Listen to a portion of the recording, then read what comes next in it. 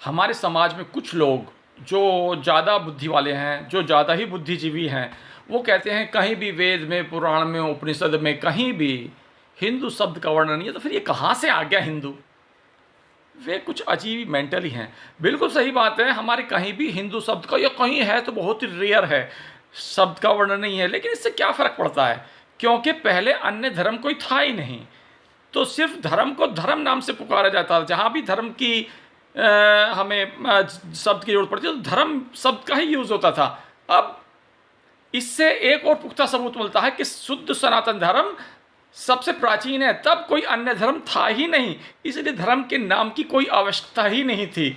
जब धर्म के नाम की कोई आवश्यकता ही नहीं थी तो उसका नाम रखने को केवल धर्म ही कहा जाता था। धर्म की जय हो,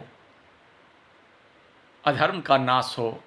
ये नहीं कहते थे हम फला फला धर्म का नाश हो, हम सिर्फ अधर्म का नाश कहते थे, क्योंकि अन्य धर्म कोई था ही नहीं। अब बताइए, कालांतर में बाद में आके अगर हिंदू नाम पड़ गया, उस नाम से भी उनको कुछ परेशानी हो गई। अरे भाई, हिंदू नहीं होता, कुछ भी नाम होता, नाम तो रखा ही जाता। आपका बच्चा जब पैदा होता है तो क्या नाम पैदा होने से पहले थोड़ी रखते हो, बाद में ही रखते हो, जब ज़रूरत पड़ती है। अगर दुनिया में केवल एक ही बच्चा होता तो उसे बच्चा ही कहते, खाली नाम की आवश्यकता ही नहीं पड़ती।